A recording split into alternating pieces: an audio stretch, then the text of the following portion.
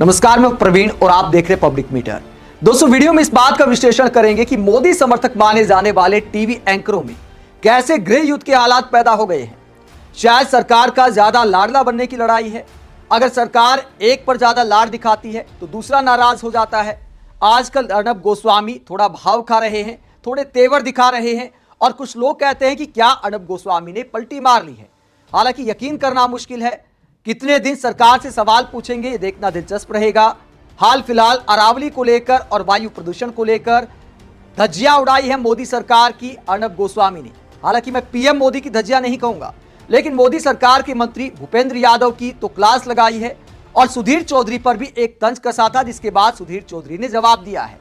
सुधीर चौधरी ने अर्नब गोस्वामी के पलटी मारने को लेकर एक कटाक्ष किया है, जिसे लेकर पब्लिक चटकारे ले रही है कि क्या सुधीर चौधरी को इस बात का दर्द हो गया कि अर्नब गोस्वामी ने सरकार को घेरते हुए सरकारी चैनल पर सुधीर चौधरी के सैलरी पैकेज का जिक्र कर दिया था। अर्नब गोस्वामी ने दावा किया कि 15 करोड़ वाले सरकारी पत्रकार ये सवाल नहीं पूछेंगे, जिसके बाद अब अर्नब गोस्वामी के पलटी मारने को लेकर शायद सुधीर चौधरी ने एक पोस्ट किया है, जिसे देखकर पब्लिक कहती है कि अर्नब गोस्वामी को जवाब दिया है सुधीर चौधरी ने। क्या बोला है सुधीर चौधरी ने जिसे अर्नब गोस्वामी पर माना जा रहा है? उससे पहले पूरी कहानी आपको बताते हैं कि सुधीर चौधरी को आखिरकार किस बात का बुरा लग गया। अर्नब गोस्वामी ने अरावली की पहाड़ियों को लेकर जो सरकार ने नई परिभाषा बनाई है कि 100 मीटर से कम हाइट वाली पहाड़ियां अरावली हिल नहीं मानी जाएंगी और उन्हें संरक्षित नहीं माना जाएगा। अब इसको लेकर आंदोलन छिड़ा है। इसके अलावा दिल्ली में पोल्यूशन को लेकर जनता सवाल करी सरकार से, तो अर्नब गोस्वामी ने मोदी सरकार को घेरते हुए और मोदी समर्थक मीडिया को घेरते हुए, हालांकि अर्नब गोस्वामी भी उसी का हिस्सा माने जाते हैं, लेकिन लंबे समय बाद थोड़ी बहुत पत्रकारिता करते हुए क्या बोला था अर्नब गोस्वामी ने, पहले वो आपको दिखाते हैं। अर्नब गोस्वामी ने कहा था कि कॉर्पोरेट मीडिया ये सवाल नहीं पूछ सकता। शायद अंबानी अडानी के जो चैनल हैं उन पर बोल रहे हैं अर्नब गोस्वामी कि कॉर्पोरेट मीडिया ये सवाल नहीं पूछ सकता, राजनीतिक मीडिया नहीं पूछ सकता, लुटियंस मीडिया ये सवाल नहीं पूछ सकता, सरकार से 15 करोड़ लेने वाले एंकर भी नहीं पूछ सकते। तो ये तंज जो है सुधीर चौधरी पर माना जा रहा है कि सरकार से 15 करोड़ लेने वाले एंकर भी नहीं पूछ सकते। अब कितना सैलरी पैकेज है वो सुधीर चौधरी बता सकते हैं, लेकिन करोड़ों में तो जनता को लगता है कि पक्का होगा। अर्नब गोस्वामी 15 करोड़ वाला तंज कसते हैं कि ऐसे एंकर सरकार से सवाल नहीं कर सकते। आगे अर्नब गोस्वामी कहते हैं, मैं सरकार की तरफ से सवाल पूछता हूं, 90% पहाड़ों की सुरक्षा हटने से किसे फायदा होगा? किसानों को नहीं, धूल में घुटते शहरों को नहीं, भूजल को नहीं। फायदा होगा खनन कंपनियों को। उन्हें सबसे बड़ी मंजूरी मिल गई है, न्यायिक मंजूरी। अरावली थार रेगिस्तान को हरियाणा, पश्चिम यूपी और दिल्ली की तरफ बढ़ने से रोकती है। अब 90% अरावली की कानूनी सुरक्षा खत्म हो चुकी है। जो खनन पहले अवैध था अब कानूनी हो जाएगा। पर्यावरण मंजूरियां झटपट मिलेंगी, विदेशी निवेश आएगा, कुछ लोग रातों रात अरबपति बन जाएंगे। राज्य सरकारें कहेंगी हम तो सुप्रीम कोर्ट का पालन कर रहे हैं। यही सरकार का नया खेल है। दुनिया में कहीं ऐसा नहीं हुआ है जैसे अमेरिका या कनाडा कह दे कि पहाड़ तोड़ दो, हमें पैसा कमाना है। सरकार को दखल देना होगा। सरकार ये न सोचे कि देश की मीडिया अपना काम नहीं करेगी। तो सरकार को तेवर दिखाते हैं, भाव दिखाते हैं अर्नब गोस्वामी की सरकार ये न सोचे कि देश की मीडिया अपना काम नहीं करेगी। ये कहने की नौबत क्यों आ गई? ये बताना पड़ रहा है कि भैया हम अपना काम करना भी जानते हैं। तो अर्नब गोस्वामी शायद सरकार को थोड़ी बहुत घुड़की दे रहे हैं। और सुधीर चौधरी पर जो 15 करोड़ सैलरी वाला तंज कसा, तो सुधीर चौधरी ने क्या कहा है, अर्नब गोस्वामी के पलटी मारने को लेकर क्या कहा है, आगे आपको बताएंगे। पहले सुधीर चौधरी ने सरकार का सुरक्षा कवच बनने का कैसे काम किया है।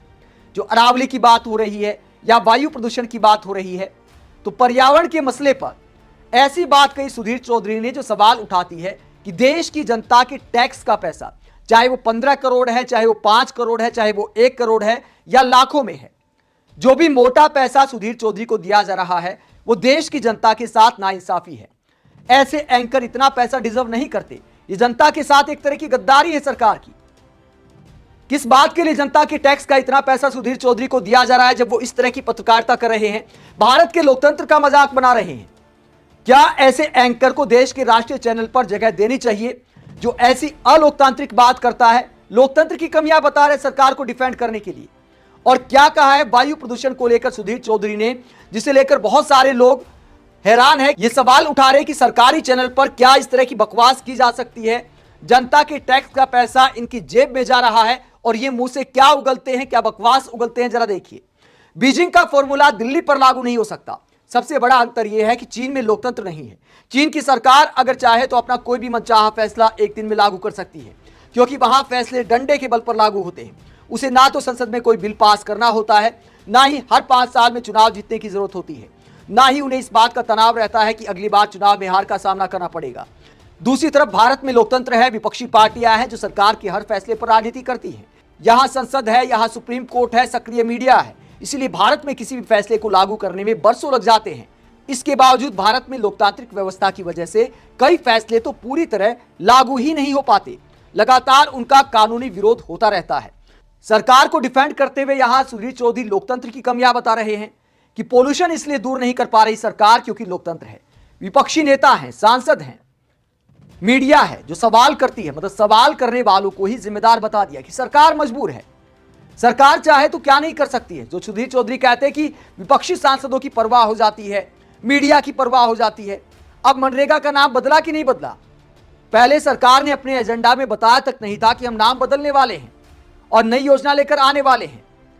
अचानक योजना लेकर आते हैं, विपक्षी सांसद विरोध करते रह जाते हैं और संसद में बिल पास हो जाता है।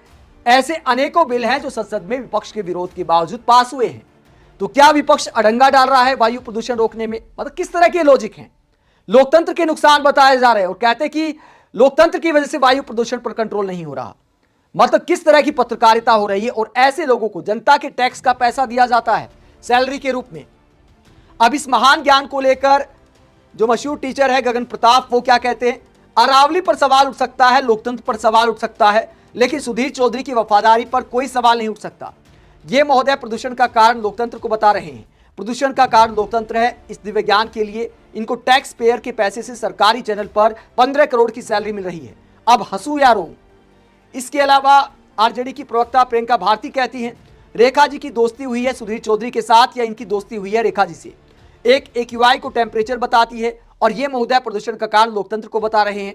जी सही पढ़ा आपने, प्रदूषण का कारण लोकतंत्र है। इस दिव्य ज्ञान के लिए 15 करोड़। तो लोग सवाल उठा रहे हैं कि इस दिव्य ज्ञान के लिए आखिरकार इतना मोटा सैलरी पैकेज कैसे दिया जा सकता है। पत्रकार समरराज कहते हैं, आपके टैक्स के पैसे से करोड़ों रुपए सैलरी उठा रहा DD न्यूज का एंकर बोल रहा है, प्रदूषण के लिए लोकतंत्र जिम्मेदार है। चीन का उदाहरण तोड़ मरोड़ कर पेश कर रहा है। स्वीडन, डेनमार्क, नॉर्वे समेत पूरा यूरोप इसे नजर नहीं आ रहा, जहां लोकतंत्र भी है और प्रदूषण भी नहीं है। तो देश के बुद्धिजीवी हैरानी जता रहे हैं कि ऐसे व्यक्ति को इतना मोटा सैलरी पैकेज दिया जा रहा है, वो भी जनता के टैक्स के पैसे से।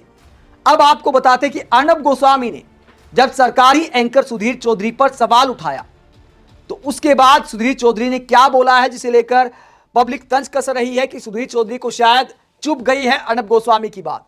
सुधीर चौधरी ने कहा कि आजकल मीडिया में भी ओड इवन चल रहा है, आज यहां कल वहां। तो सुधीर चौधरी तंज कसते हैं कि आज यहां कल वहां, आजकल मीडिया में भी ओड इवन चल रहा है। अपने आप में जो पोस्ट किया है सुधीर चौधरी ने, यही सवाल उठाता है कि क्या हम सुधीर चौधरी को पत्रकार कह सकते हैं? आज यहां कल वहां क्या मतलब? इस बात के मायने क्या है? क्या पत्रकार यहां वहां होता है? पत्रकार होता है जनता के साथ। पत्रकारों का काम होता है सरकार से सवाल करना, सही को सही कहना और गलत को गलत कहना, जनता को जागरूक करना, जनता को सूचनाएं देना। लेकिन सुधीर चौधरी जब सरकार पर सवाल उठता है तो कई बार तो जनता को ही जिम्मेदार बता देते हैं। तो क्या ऐसे लोगों को सरकारी चैनल में रखा जा सकता है? ये देश की जनता के साथ सरासर धोखा है। देश की जनता का क्या ज्ञानवर्धन कर रहे सुधीर चौधरी? थोड़े दिन पहले धुरंधर फिल्म को लेकर दावा कर दिया था कि पाकिस्तान के लोग भी अपने देश का मजाक उड़ा रहे हैं।